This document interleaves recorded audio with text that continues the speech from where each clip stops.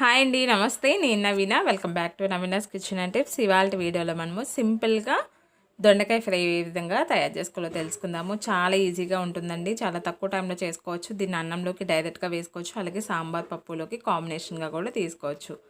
సింపుల్గా ఏ విధంగా తయారు చేయాలో చూద్దాము. దీనికోసం స్టవ్ పైన ఒక బాండీ పెట్టుకుని అందులోకి ఒక 2 లేదా 3 టేబుల్ స్పూన్ల ఆయిల్ వేసుకోండి. ఫ్రై కాబట్టి కొంచెం ఆయిల్ ఎక్కువ పడుతుంది, ఒక 3 టేబుల్ స్పూన్లు అయితే సరిపోతుంది. ఇప్పుడు ఆయిల్ వేడైన తర్వాత మనం పోపు వేసుకుందాము. పోపు కూడా మరీ ఎక్కువేం అవసరం లేదండి, కొంచెం ఒక హాఫ్ టీ స్పూన్ వరకు ఆవాలు అలాగే జీలకర్రని వేసి వేయించుకోవాలి. ఇప్పుడు ఇందులోకి ఒక 5 లేదా 6 వెల్లుల్లి రెమ్మల్ని వేసుకోవాలి. ఇప్పుడు ఇందులోకి కొంచెం కరివేపాకును కూడా వేసుకోవాలండి. ఇదంతా వేసిన తర్వాత ఈ పోపు కొంచెం ఒక నిమిషం పాటు వేయించుకోవాలి. ఇప్పుడు ఇందులోకి మనము కట్ చేసుకున్నటువంటి దొండకాయ ముక్కలు వేసుకోవాలి.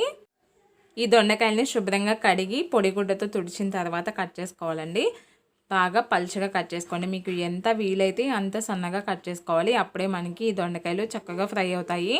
మరీ లావుగా కట్ చేసుకోకూడదు, మీకు వీలైనంత సన్నగా కట్ చేసుకోండి. ఇలాగ రౌండ్గా కట్ చేసి వీటిని ఇలాగ మనము వేగిన ఈ పోపులో వేసుకోవాలి. ఇలా వేసి ఒకసారి బాగా కలిపేసుకోండి. బాగా కలిపిన తర్వాత ఇందులోకి మనము కొంచెం ఉప్పు అలాగే పసుపును వేసుకుందాము.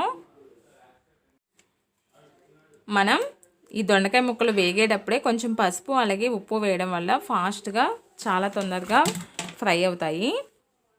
ఇలా వేసిన తర్వాత మళ్ళీ ఒకసారి కలిపేసుకుందాము.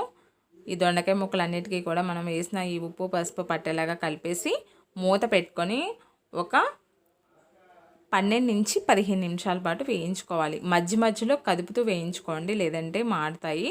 సో మధ్య మధ్యలో మనము మూత తీసి కదుపుతూ ఉండాలి. చూసారు కదా, ఇలాగ మనకి దొండకాయ ముక్కలు చక్కగా మెత్తబడి ఫ్రై అవుతున్నాయి.